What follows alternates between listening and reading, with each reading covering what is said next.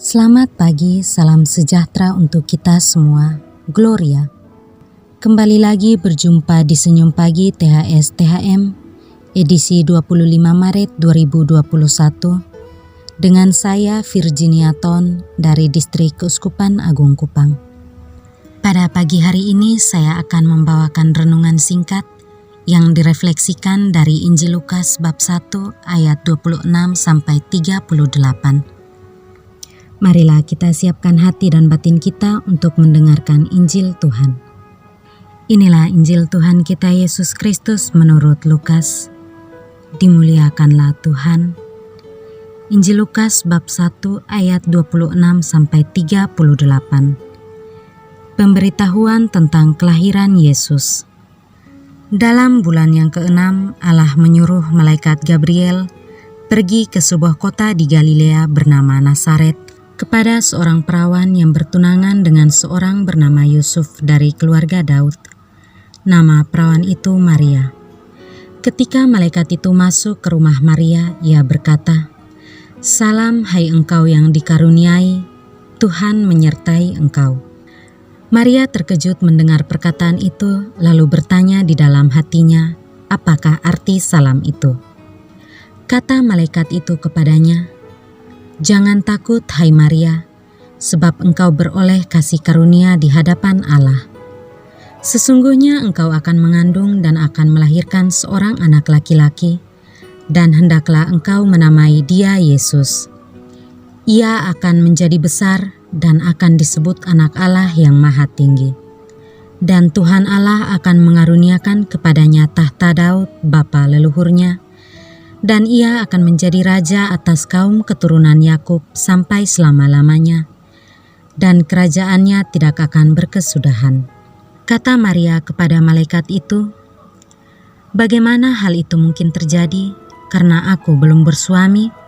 Jawab malaikat itu kepadanya, "Roh Kudus akan turun atasmu, dan kuasa Allah yang Maha Tinggi akan menaungi engkau. Sebab itu anak yang akan kau lahirkan itu akan disebut kudus, Anak Allah. Dan sesungguhnya Elisabet sanakmu itu, ia pun sedang mengandung seorang anak laki-laki pada hari tuanya, dan inilah bulan yang ke-6 bagi dia yang disebut mandul itu. Sebab bagi Allah tidak ada yang mustahil." Kata Maria, "Sesungguhnya aku ini adalah hamba Tuhan, jadilah padaku menurut perkataanmu itu." Lalu malaikat itu meninggalkan dia.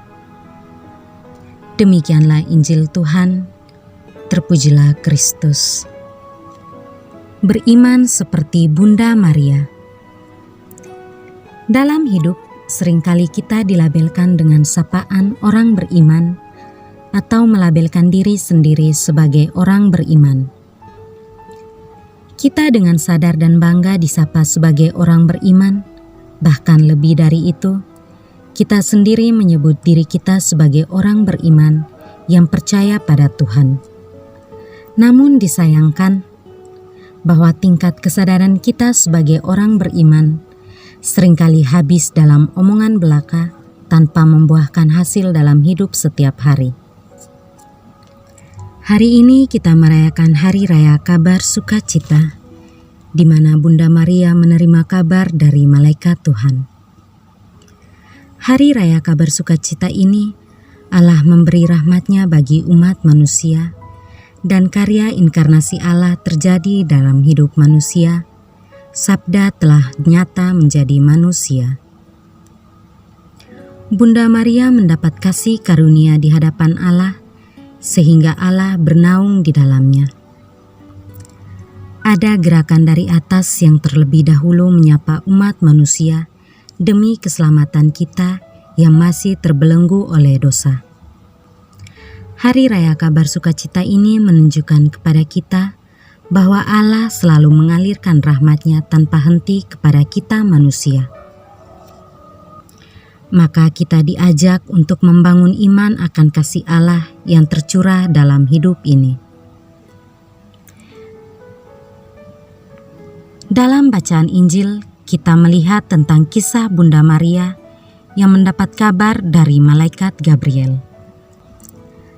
Sentak sapaan malaikat Gabriel kepada Maria membuat Maria kaget dan bingung akan arti dari sapaan dan perkataan malaikat itu. Dalam keraguan dan kebingungan itu, Bunda Maria tetap berpegang pada Allah dengan penuh harapan. Cinta Maria yang begitu besar akan Allah membuat dia berdiri sebagai partner atau rekan kerja Allah yang setia, karena dalam kebimbangan Maria tetap berdiri sebagai pribadi yang taat pada Allah. Melalui Maria, Allah mewujudkan tandanya secara nyata akan kedatangan Immanuel. Maria secara spontan berkata kepada malaikat Tuhan bahwa bagaimana hal itu akan terjadi karena aku belum bersuami. Namun malaikat Gabriel meneguhkan dia bahwa kuasa Allah lah yang akan bekerja di dalam dia melalui Roh Kudus.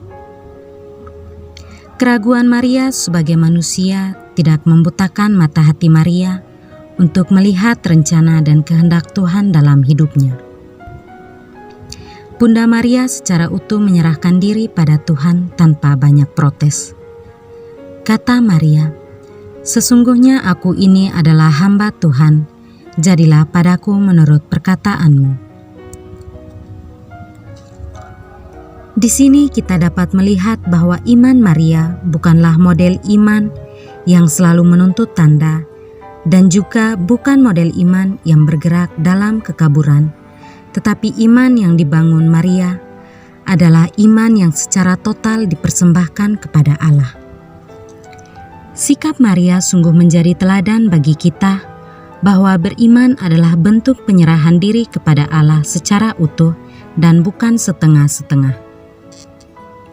Orang beriman adalah dia yang selalu menyadari kehadiran Tuhan dalam hidupnya. Bunda Maria menjadi cerminan hidup bagi kita dalam menjalankan tugas yang diberikan Tuhan pada kita, tanpa mempersoalkan besar kecilnya tugas yang diterima. Beriman berarti kita secara penuh menanggapi sapaan Tuhan dalam hidup kita. Beriman berarti kita harus mampu memperjuangkan kebenaran dalam hidup dan bertanggung jawab dengan apa yang kita jalani. Beriman membutuhkan kepekaan dalam hidup dan bukan sikap masa bodoh. Beriman berarti orang secara total membuka diri kepada Allah dan melihat kehendak Tuhan dalam setiap langkah hidupnya. Dan Bunda Maria adalah model teladan iman yang benar. Beriman bukan habis pada kata-kata, tetapi beriman berujung pada tindakan nyata dalam hidup. Melihat situasi dunia yang saat ini diguncang oleh wabah COVID-19, kita diajak bahwa dalam situasi seperti ini, kita jangan jatuh dalam ketakutan yang pada akhirnya menutup diri dengan sesama, bahkan dengan Tuhan. Tetapi dengan situasi seperti ini mengajarkan kita bahwa jarak bukanlah penghalang bagi kita untuk saling melupakan, tetapi hendaknya kita semakin disatukan dalam doa dan berpengharapan secara total kepada Tuhan, Sang Pemilik kehidupan, dan kita diajak untuk mampu mengembangkan segala sesuatu yang dapat kita lakukan, dan tetaplah berpegang pada Tuhan sebagai yang Maha Kuasa. Semoga kita sekalian selalu dilimpahi berkat dan kesehatan oleh Yang Maha Kuasa, dan dijauhkan dari segala macam penyakit dan sifat iri hati dan dengki. Dan semoga kita selalu menjadi pribadi yang lebih rendah hati di hadapan sesama, dan selalu patuh serta taat pada perintah-perintah Tuhan. Semoga, amin.